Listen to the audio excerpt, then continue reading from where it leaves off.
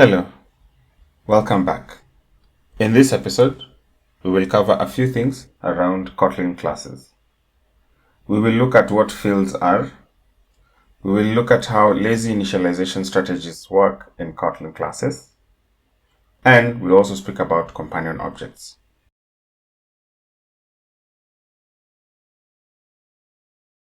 Let us begin with fields. Quick reminder. When creating classes in Kotlin, we can add properties. These properties can be declared as mutable or immutable using their various keywords var and val. Let's look at an example. Assume we have a class that represents a bird. This bird can have an age. Let's make that an integer. This bird has some weight.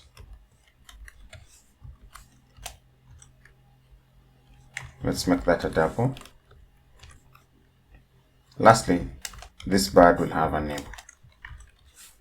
Let's have it as a string.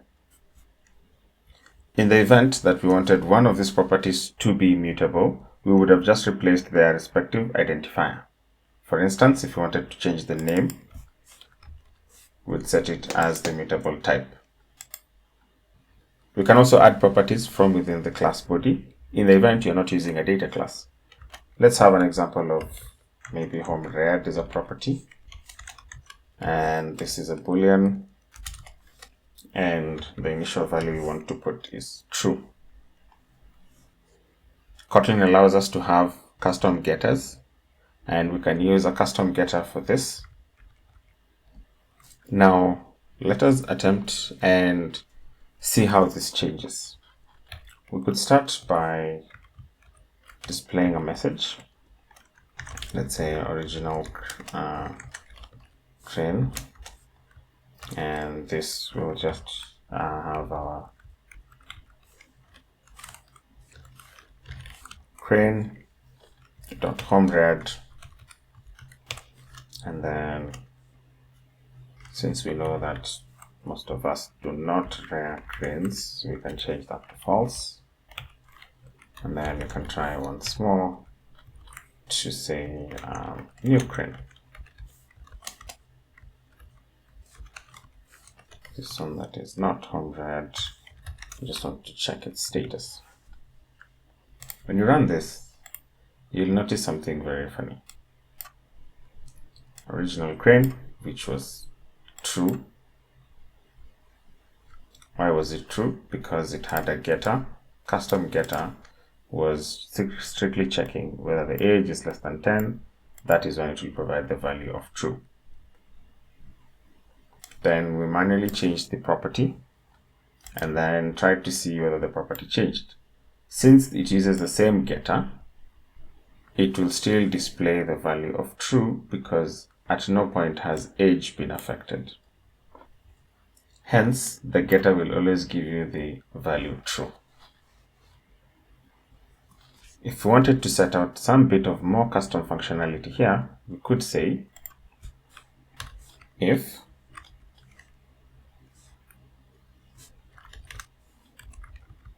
home_red,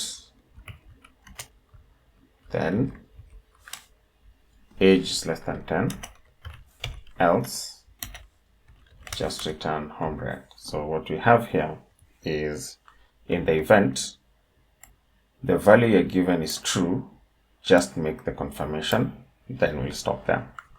Otherwise, if the value is false, just accept it as it is. Rerun your code. The one thing we get is a Stack Overflow.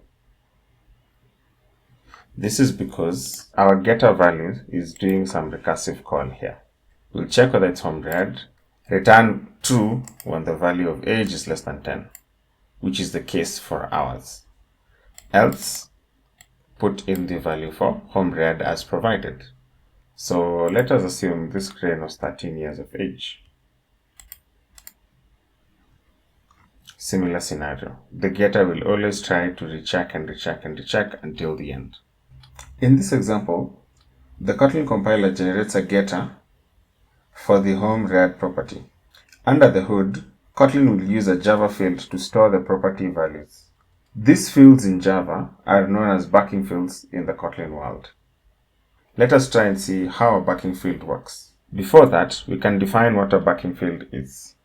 A field is used to store the value of a property.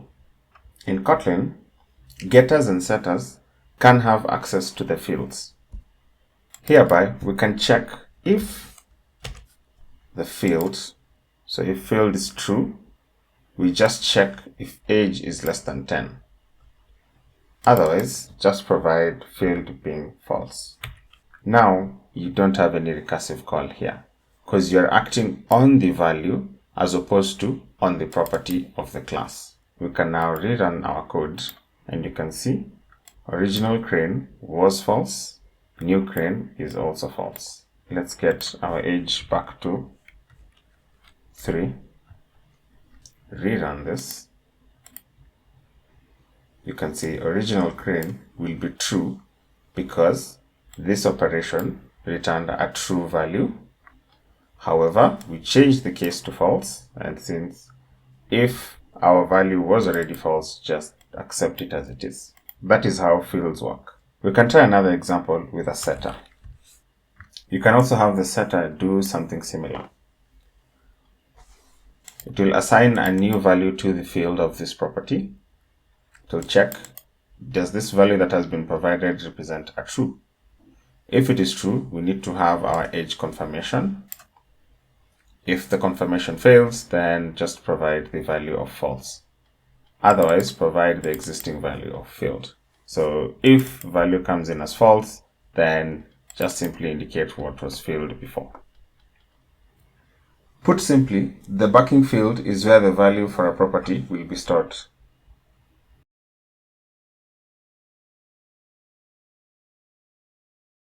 Kotlin, as a functional programming language, supports lazy evaluation strategies.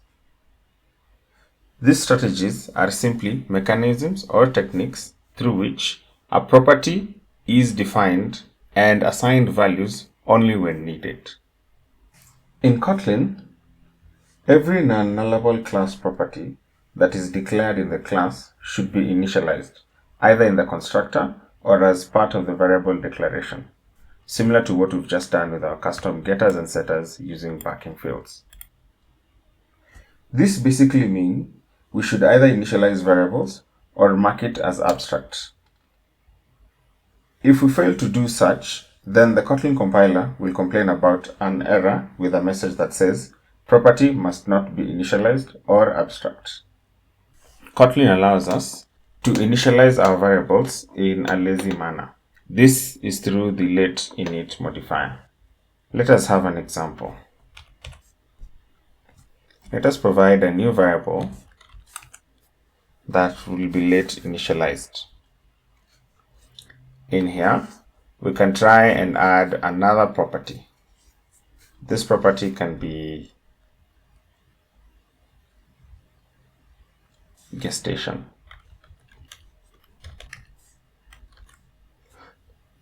All let initialized variables must declare a type. Types cannot be inferred for let initialized variables. This will be a double.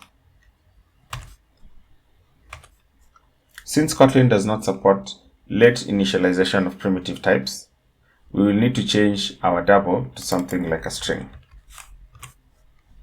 Of course, this is just for our example. Now, you can see we do not need to provide our value at the beginning. This is different from our home read property. If we decided to remove this, you would see this requires an initializer. Now, let us try and rerun this example. You can see the example still runs as before. However, if we attempt to look for a different property, let's say gestation. Let's rerun this.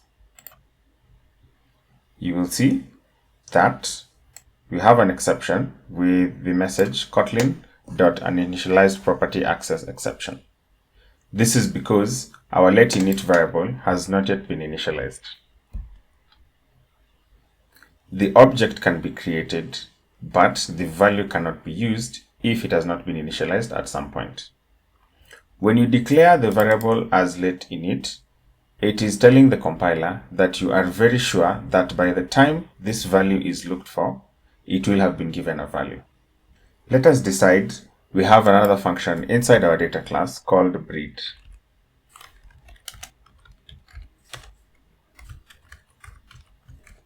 Let us have a parameter that has the gestation period.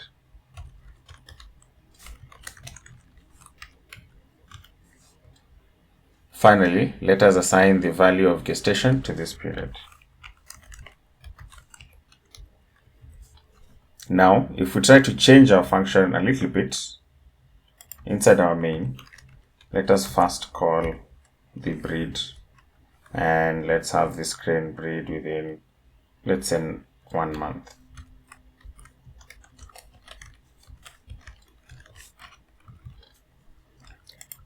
And then lastly, let us now print line the gestation period.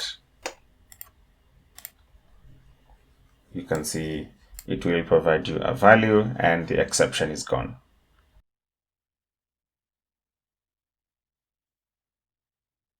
The singleton design pattern is one in which we provide one and only one implementation of a specific object when required in the entire program. Kotlin offers two ways in which you can create singletons within our code. The first one is what we call object declaration. And to do this, we simply use the keyword object and provide a name, then give it a set of properties. Falcon, maybe you want to have properties for a falcon. Can have falcon contain an age. We can also have a function for breeding. Let's have a letInitialized variable for gestation. And then for breeding, we have the breeding period. This as a string. And then lastly, we'll have gestation is equals to that specific period, which are all good to use. Now, if we headed back to our code, we can look at this specific object. We can have this as the falcon. And just provide the falcon object. Can remove the curly braces. So what we will get here is the name of the object and its memory location. For us to be able to see any set of properties, what we need to do is to denote this object as a data object. So if we do that, we can reprint this. Again, what we will just see now is a falcon object without the memory address, but to get to the properties, we will need to override the toString method. And the toString method will just give us how the string could be formatted. We can have this inside a string literal, and then we can just say age, then provide the age, and then we can have the gestation, and let's have gestation here.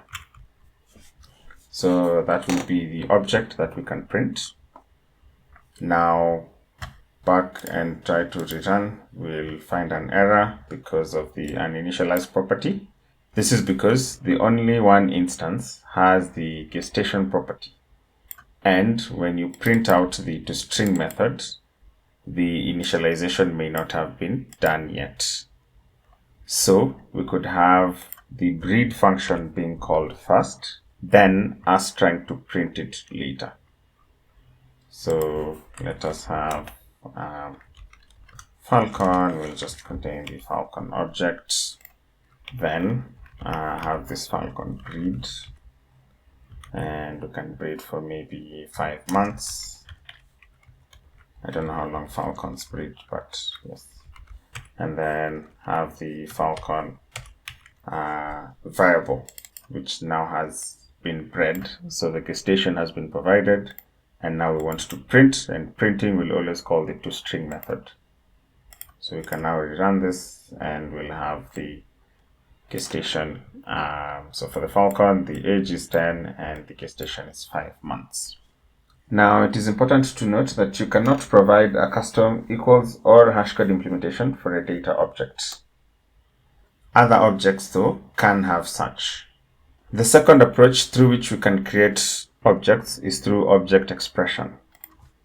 Object expression happens by providing in the object as a value as opposed to giving it a name. Object expressions create objects of anonymous classes. That is, classes that weren't explicitly declared with a class declaration. Let us look at an example. I could have an existing eagle, and this can be passed in as an object. Then provide your properties. You can have probably the age. I think eagles live up to somewhere around 50 years. I don't know. Yeah, eagles live long. We could also provide the toString method. So we can just override it. What we want to do is just to give a message and say age, and then we provide the age. That is okay. We can override the equals method. So the equals method will show us how to check whether two objects are the same. So we will just say, then this will be true, and then lastly this will be false. So that will just simply check if it's other or now. Just say false, else if other to string would be equal to the age. Again, same formatting as to how the toString method is called. Then this means the two are equal. Any other scenario will still be false.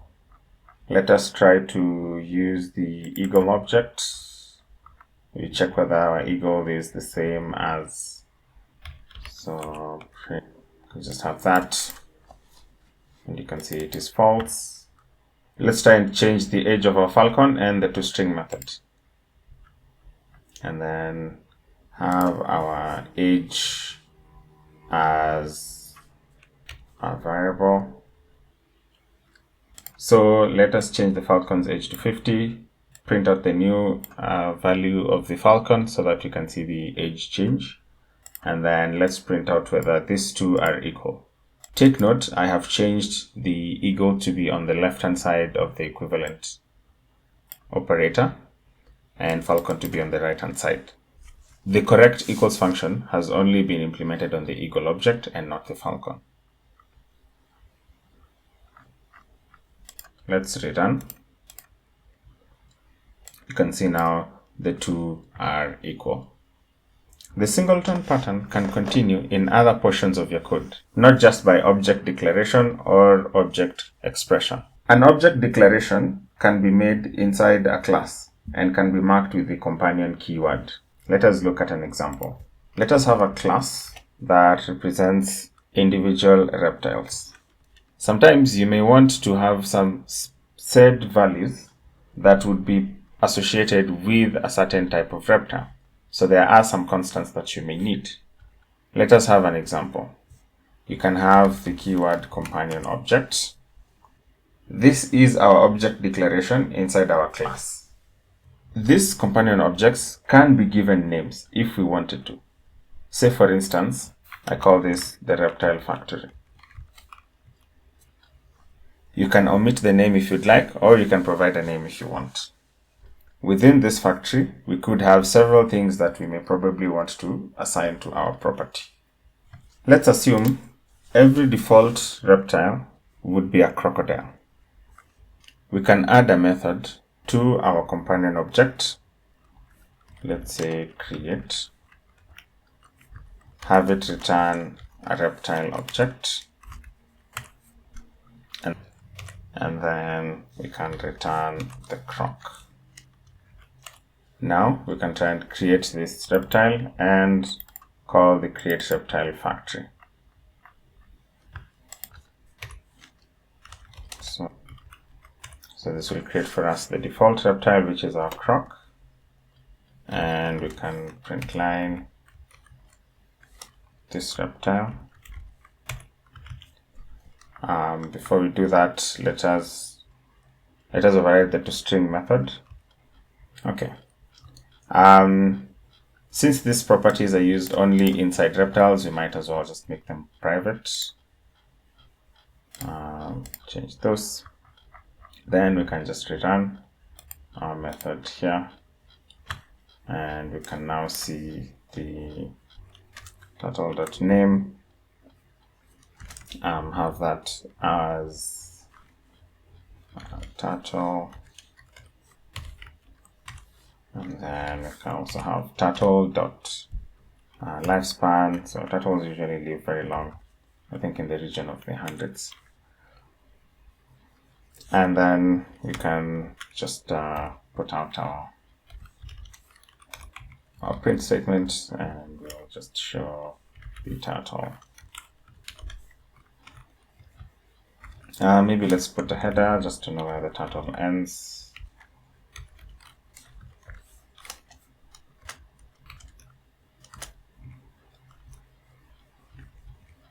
So just, yeah, something like that. Let's rerun this.